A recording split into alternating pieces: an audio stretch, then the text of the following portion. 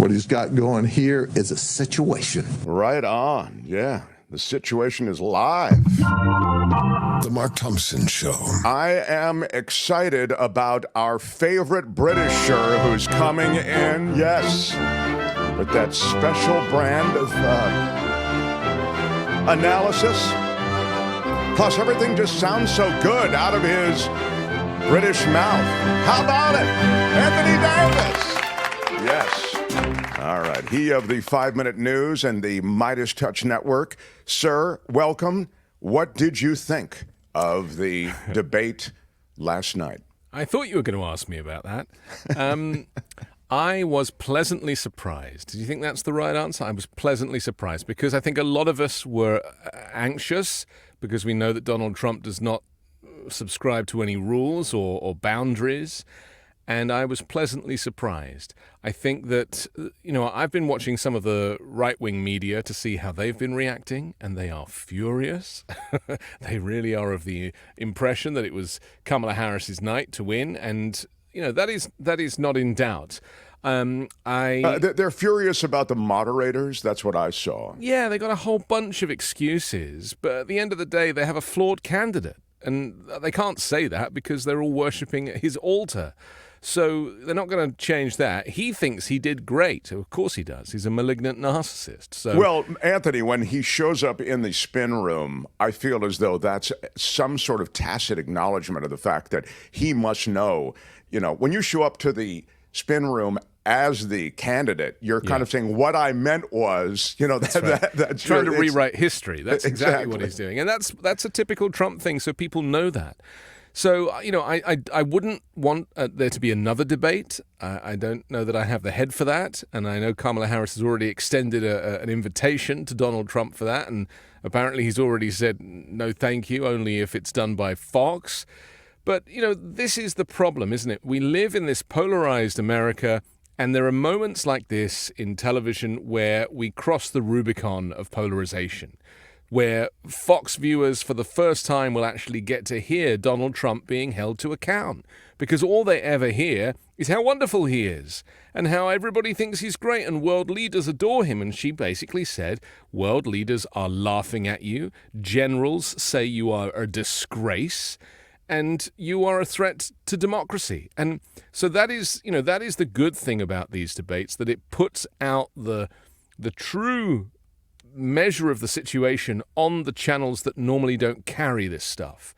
And I was thrilled to see her goad him and really kind of embarrass him about things that really hurt him.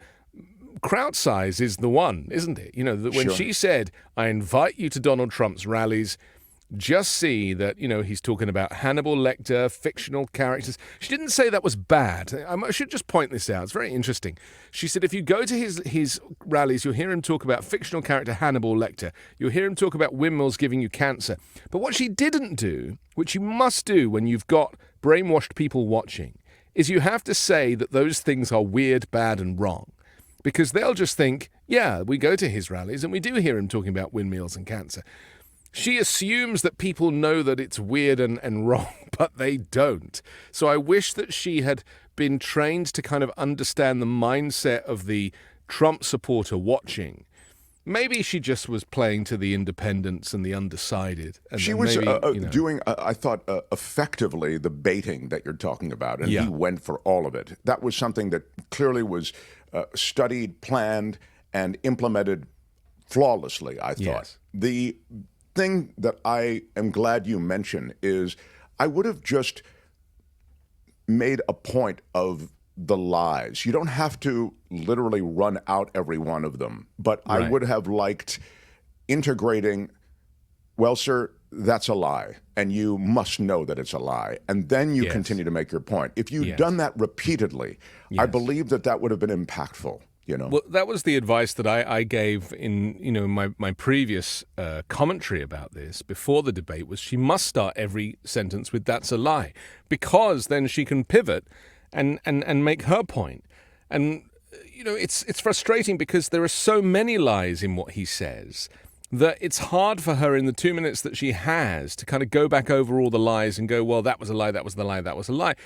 So she and does still need get her to be, message out. you know. Yeah, she has to get her message out, and it's very, very hard. So I think she did good. I don't know that she did great, but I don't think anybody could do great under those circumstances, because the proof is you cannot debate a narcissist. It's just not possible. It's not possible at home if you're related to one, and it's certainly not possible in a television studio. They are not cut out for it. And she came over as somebody who is mentally healthy.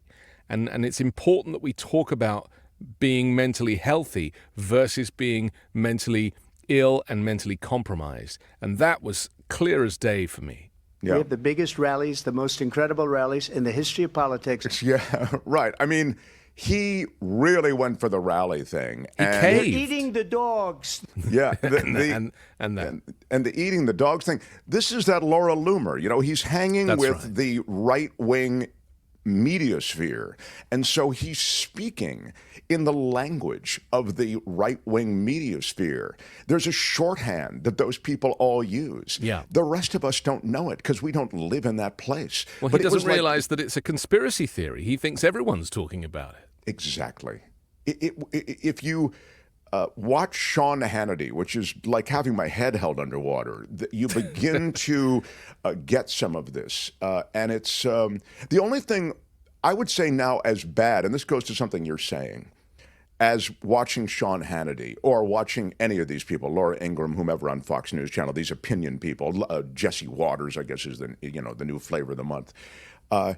What's worse is on CNN, watching these focus groups that they do after the debate, these people who claim to have not made up their mind yet, and yet the Trumpies, and there were a handful of them, they all watch the same debate we do. And again, I'm kind of in the camp you are, which is, I thought she did well. I'm not in that, oh, if it was a fight, they would stop it. I mean, it was incredible. She ate him for lunch. I thought she really did dominate, but I don't think it was the domination maybe that you're hearing. But boy, those Trumpies, they're watching that same debate, and I'm voting for Donald Trump. I just felt as though she didn't, and then they say didn't talk about enough policy, they fill in those blanks for themselves. But you can talk too much about policy, and that can be Sure. a problem. And that's why my advice ahead of that was only to focus on the three issues, which was reproductive rights, immigration, and economy and inflation. You don't have to do more than that.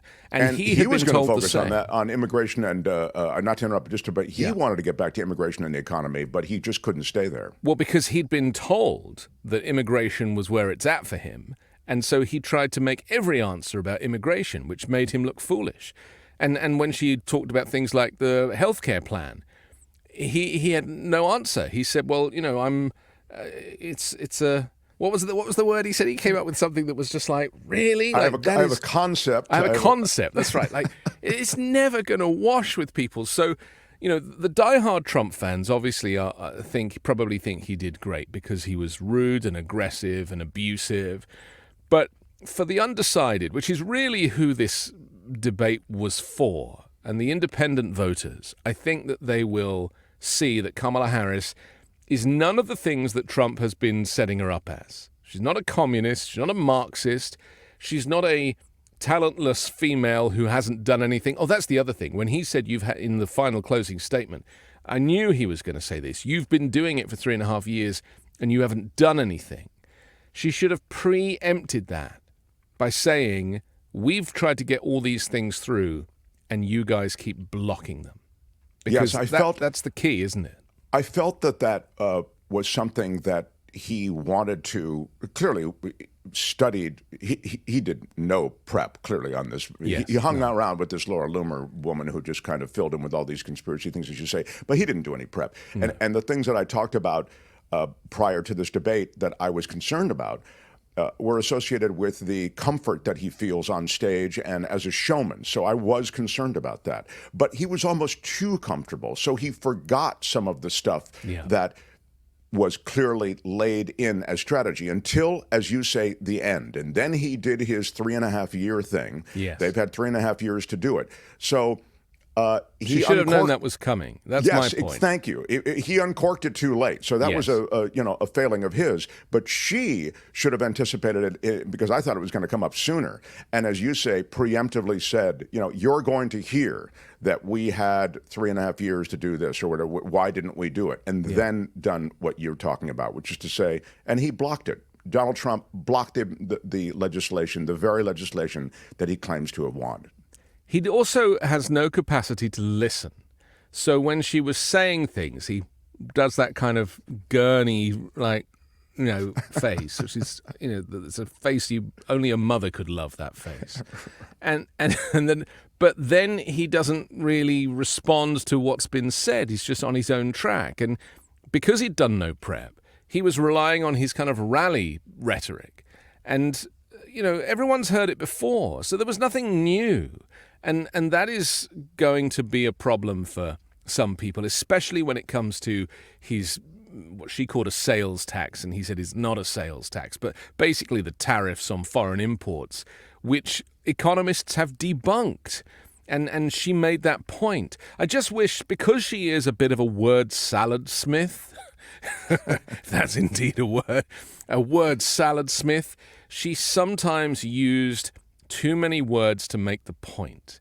And an economy of words in that environment is essential, especially because the stuff's going to be clipped and rewatched and shared. Right. But under the circumstances, I thought she looked fierce. I love that she went and shook his hand at the beginning because, of course, she's never met him before. Yeah. So she went over and she went, Kamala Harris.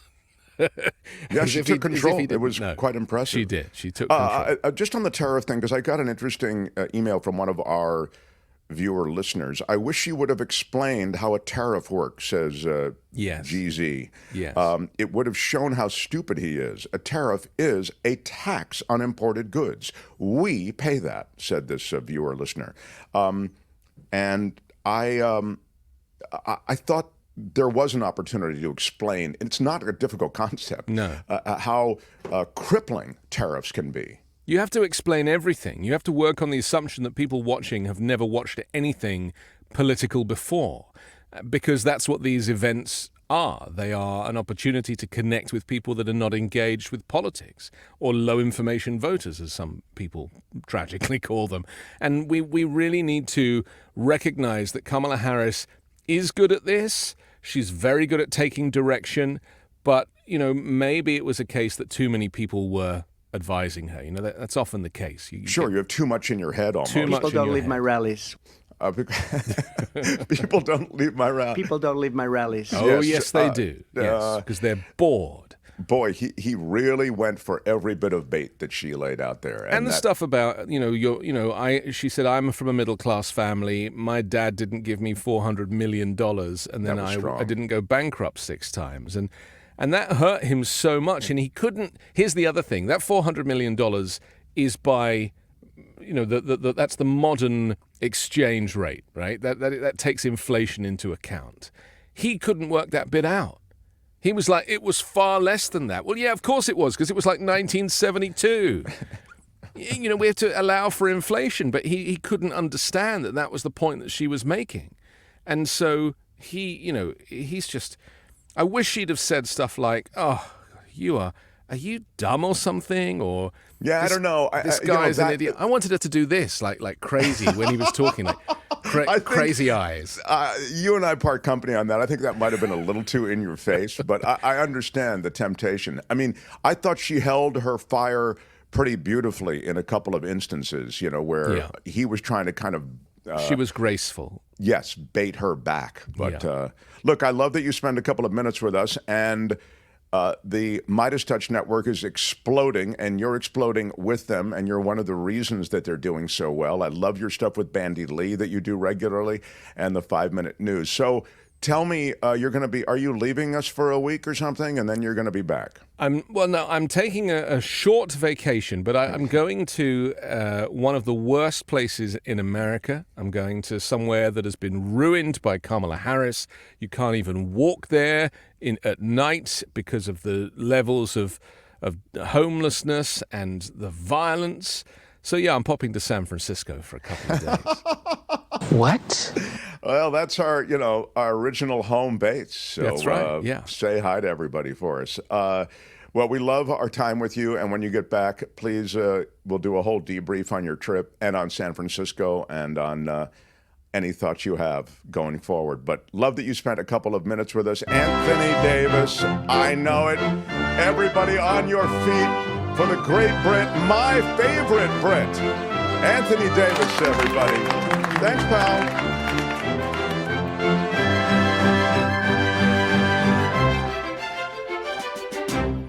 Wow, really great.